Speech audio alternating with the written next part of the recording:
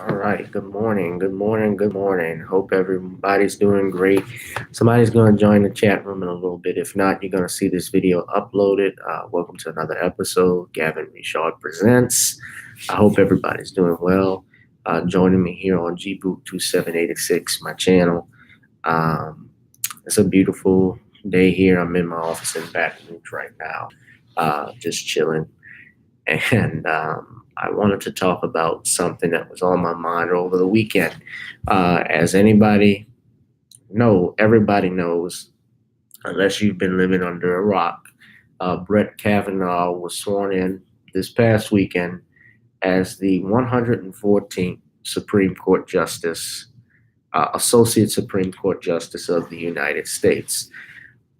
He was sworn in by a 50-48, I believe, majority vote in Congress, including one Democratic senator. I believe it was Collins who voted for him.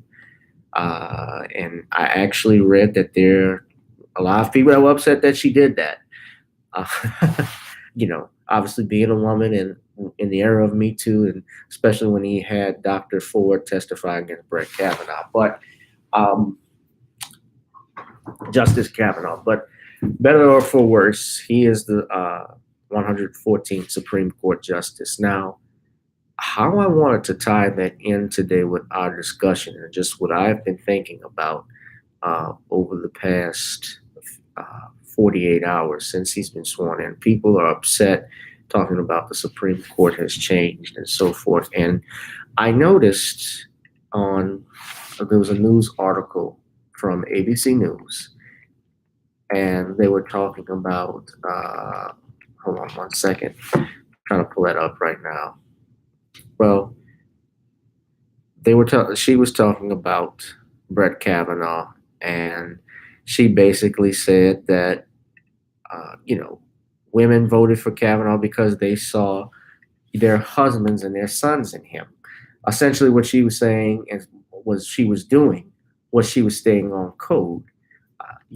What she was doing was not was campaign obviously pushing for her boss's pick for Supreme Court justice because that's who Trump picked. Trump has two justices on the Supreme Court, but she stated in on ABC News in an interview this week Sunday pushed back against the notion that many people may see now Justice Kavanaugh as tainted due to his being confirmed to the Supreme Court despite allegations of sexual misconduct and sexual assault.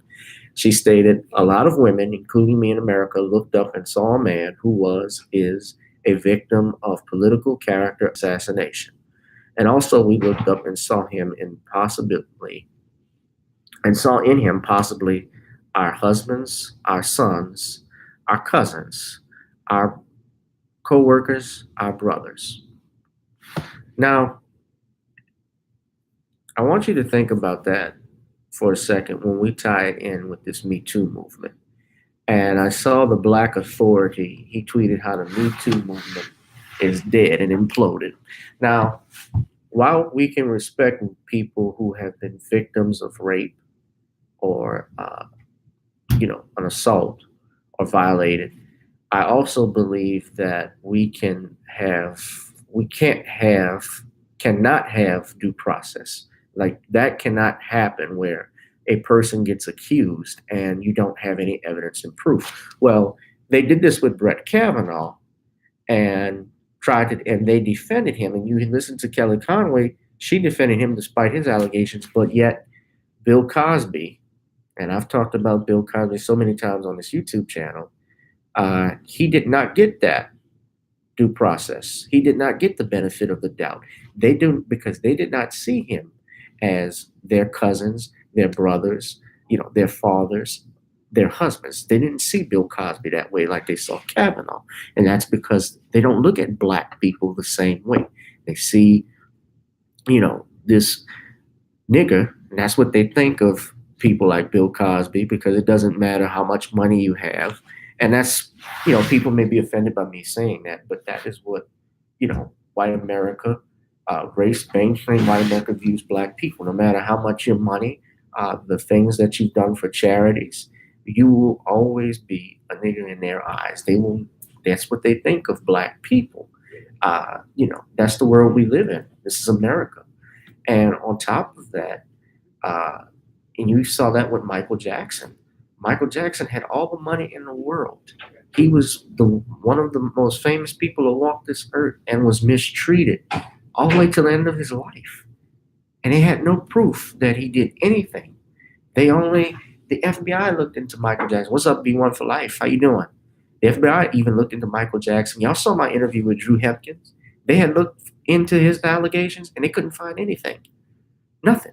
Bill Cosby was on Richard Nixon's most hated list, on his top enemies list. He, Dick Gregory, Jane Fonda, a few other people. The FBI has files. I mean, I learned this after he died, but the FBI even has files on Richard Pryor and George Carlin. Hold on one second. Yes, hello? I'm on my way. No, Mom. Yeah, I'll leave in about 10. All right.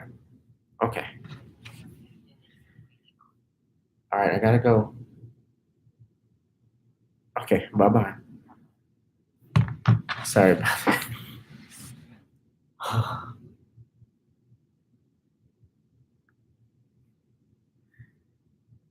So I'm sorry, guys. I'm busy right now. Phone's ringing. I have to pick somebody up.